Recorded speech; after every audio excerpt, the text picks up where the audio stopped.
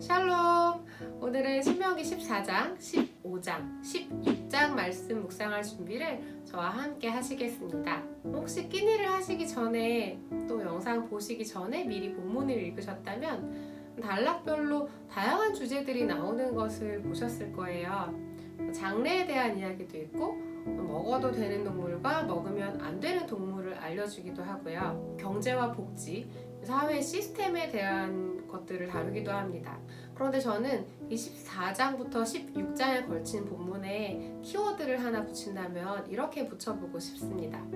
거룩한 백성으로서의 구별된 삶. 그래서 모세가 이스라엘 백성에게 반복해서 강조하는 것은 너는 내 하나님 여호와의 성민, 즉 거룩한 백성이니 너희의 삶은 하나님께 순종하며 하나님께 합당한 삶이어야 한다라는 것입니다. 하나님께서 너를 택하여 자기 기업의 백성으로 삼으셨으니 거룩한 백성인 너희는 이렇게 살아라는 말씀인 것이죠. 그래서 저희도 본문을 읽고 묵상할 때에 거룩한 백성의 삶은 무엇으로 구별되는가라는 관점을 가지고 보면 좋을 것 같습니다. 먼저 이방인들의 풍습과 문화이기 때문에 금지하신 것이 있습니다.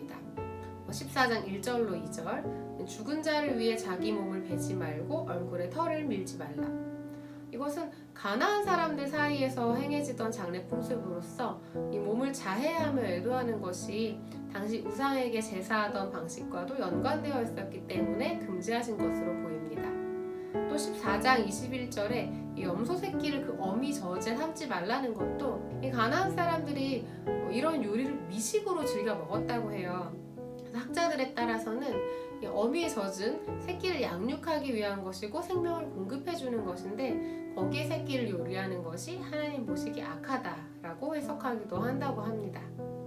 14장 3절부터 20절까지는 정한 짐승과 부정한 짐승, 즉 먹어도 되는 것들과 먹으면 안 되는 것들의 리스트가 쭉 나옵니다. 저는 처음 신명기 통독을 할 때 이 부분 읽으면서 타흐마스가 대체 무슨 동물이지? 이게 너무너무 궁금해서 진도를 못 나갔었던 그런 기억이 있어요. 혹시 저 같은 분들이 또 계실까봐 이 개역 성경의 알쏭달쏭한 이름 몇 개를 세번역 본문에서 찾아보았습니다. 15절에 타흐마스는 돌뱀이라고 옮겨져 있네요. 또 17절에 당아, 올응, 모자는 각각 펠리컨, 흰 물오리, 가마우지입니다. 18절의 대승은 오디세라고 번역되어 있습니다. 특이한 동물 나올 줄 알았는데 다 그냥 새예요. 근데 목록 중에 약간 독수리 같은 맹금류거나 이 사체를 먹는 그런 새들의 이름이 좀 많은 것 같기는 하네요. 사실 제가 새우를 진짜 좋아하는데요. 14장 말씀대로라면 새우는 먹으면 안 되는 거잖아요. 근데 하나님께서 베드로 사도에게 환상을 통해서 말씀하신 후로 더 이상 이렇게 부정한 짐승과 정한 짐승을 나눌 필요가 저희에게는 없고 그래서 이 새우, 삼겹살, 문어 다 감사하게 맛있게 먹을 수 있게 되었습니다.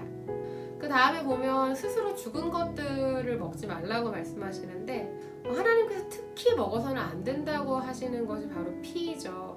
피가 생명을 의미하기 때문에 땅에 쏟든가 아니면 하나님의 제단에 바치라고 말씀하셨습니다. 그런데 사람이 죽여서 이렇게 도축 처리를 하지 않은 동물, 스스로 죽은 동물은 피를 빼낼 수가 없기 때문에 이런 고기를 먹게 되면 피를 함께 먹게 되고 그렇기 때문에 아예 먹지 말라고 하신 것이다. 많은 성경학자들이 그렇게 이유를 해석을 하고 있습니다. 이어지는 14장 22절부터 16장까지는 11조 규례, 빚을 면제해주는 안식년, 종을 대우하는 법, 소와 양의 첫 새끼, 절기와 공정한 재판에 대해 다루고 있습니다. 11조에 대해서 특이한 점들을 좀 찾아볼 수 있는데요.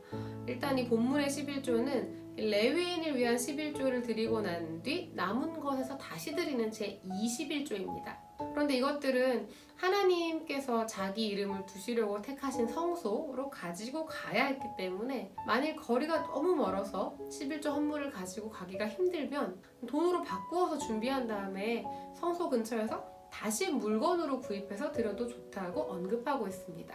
나중에 이것이 변질되고 악용되어서 예수님께서 성전들에서 상인들을 몰아내시고 성전을 정결하게 하시는 그런 사건이 생기기도 했었죠. 그리고 이 11조 헌물을 그 자신의 권속들과 함께 먹을 때 그 성읍에 함께 거주하는 레위인, 곧 분깃과 기업이 없는 자들을 함께 챙길 것을 당부하고 있는데요. 3년에 한 번씩은 21조를 가지고 일종의 구제 펀드를 조성하고 그것으로 레위인과 거류하는 객, 고아와 과부를 돌볼 것을 또 말씀합니다.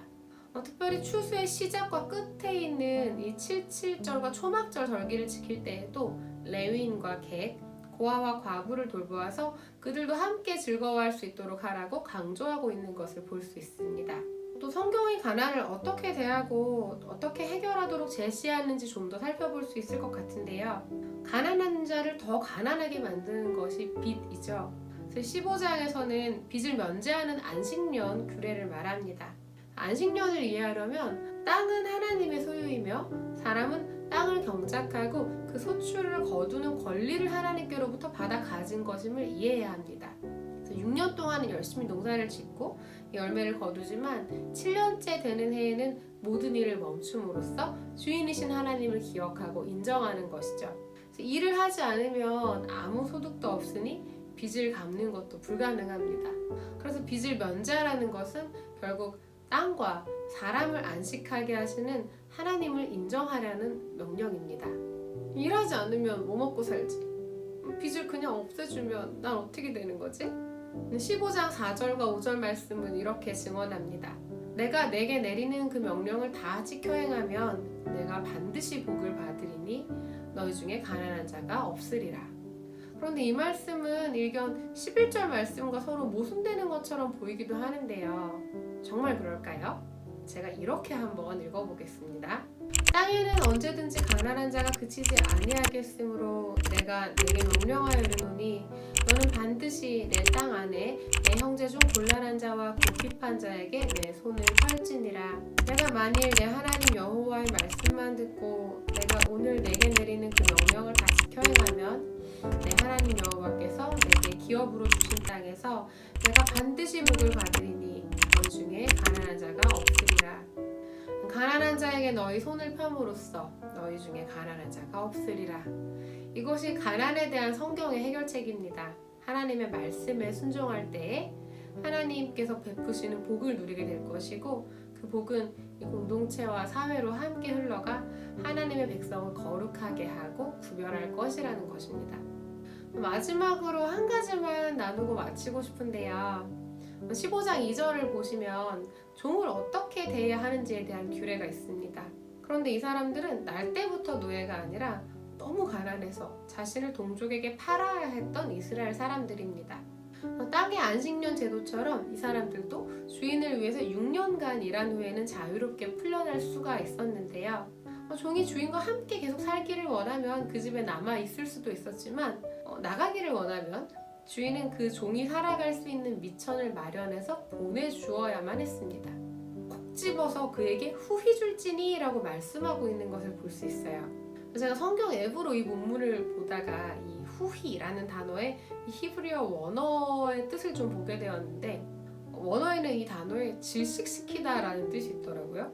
그러니까 숨이 막힐 만큼 주고 또 주고 넘치게 주고 더 줘서 질식할 만큼 많이 주어서 보내라는 그렇게 좀 저에게 순간 읽혔는데 이것이 사람을 참 사람답게 대하는 하나님의 사랑, 하나님의 부유하심이고 우리가 이런 나라에 살도록 하나님께서 우리를 부르셨구나 하는 생각이 개인적으로 좀 들었었습니다.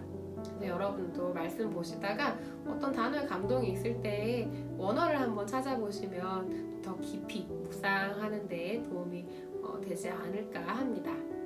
그럼 오늘도 끼니 챙겨 드세요.